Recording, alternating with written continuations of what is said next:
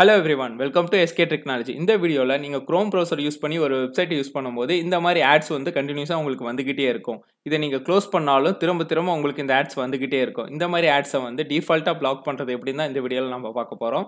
அதுக்கு முன்னாடி நீங்க நம்ம சேனலை சப்ஸ்கிரைப் பண்ணலைனா மறக்காம சப்ஸ்கிரைப் பண்ணிக்கோங்க and கூடவே பெல் ஐகானை கிளிக் பண்ணி ஆல் நோட்டிஃபிகேஷன் செலக்ட் பண்ணிக்கோங்க. அப்பதான் நான் போற வீடியோ உங்களுக்கு நோட்டிஃபிகேஷன் வரும். வாங்க வீடியோக்குள்ள போலாம்.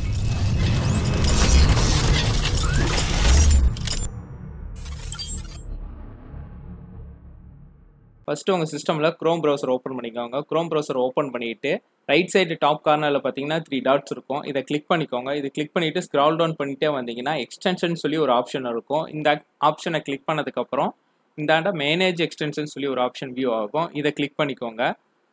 இத கிளிக் பண்ணதுக்கு அப்புறம் லெஃப்ட் சைடு கார்னர்ல பாத்தீங்கன்னா Chrome வெப் ஸ்டோர்னு சொல்லி ஒரு ஆப்ஷன் இருக்கும். இப்போ இத கிளிக் பண்ணிக்கோங்க.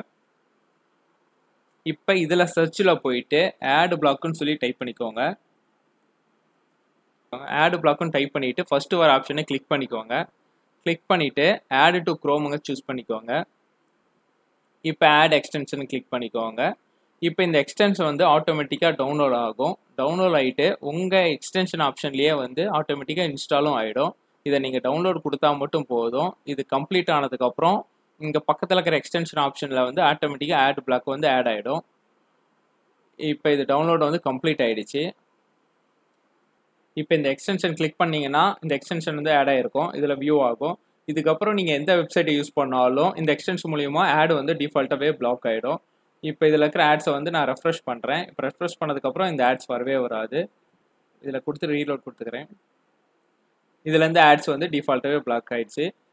இதையும் நான் ஒரு தடவை ரெஃப்ரெஷ் பண்ணி காமிச்சிடுறேன். ஓகே.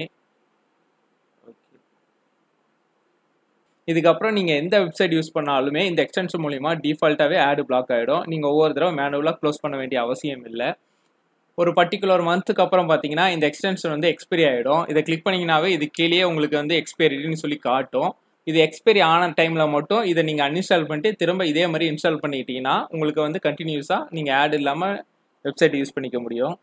இது அன்இன்ஸ்டால் பண்றது எப்படின்னு பாத்தீங்கன்னா இந்த ஆட் பிளாக் பக்கத்துல இருக்கிற 3 டாட்டை கிளிக் பண்ணிட்டு ரிமூவ் ஃப்ரம் Chromeன்னு கொடுத்து இந்த ரிமூவ் கொடுத்தீங்கன்னா இந்த எக்ஸ்டென்ஷன் ரிமூவ் ஆயிடும். ரிமூவ் ஆனதுக்கு அப்புறம் முன்ன இன்ஸ்டால் பண்ண மாதிரி நீங்க இன்ஸ்டால் பண்ணி திரும்ப யூஸ் பண்ணிக்கலாம். இது வந்து 3 to 4 மந்த்க்கு ஒன்ஸ் தான் எக்ஸ்பைரி ஆகும். ஸோ அதனால ஒன்றும் ப்ராப்ளம் இல்லை. நீங்க ஒன்ஸ் வந்து ரீஇன்ஸ்டால் பண்ணி யூஸ் பண்ணிக்கலாம். ஓகே ஃப்ரெண்ட்ஸ், இந்த வீடியோ யூஸ்ஃபுல்லா இருக்கும்னு நினைக்கிறேன். யூஸ்ஃபுல்லா இருந்துச்சுன்னா மறக்காம ஒரு லைக் பண்ணிக்கோங்க. அண்ட் இது போல ட்ரிக்ஸ் தெரிஞ்சுக்க நம்ம SKTricknology சப்ஸ்கிரைப் பண்ண மறந்துடாதீங்க. தேங்க்ஸ் ஃபார் வாட்சிங்.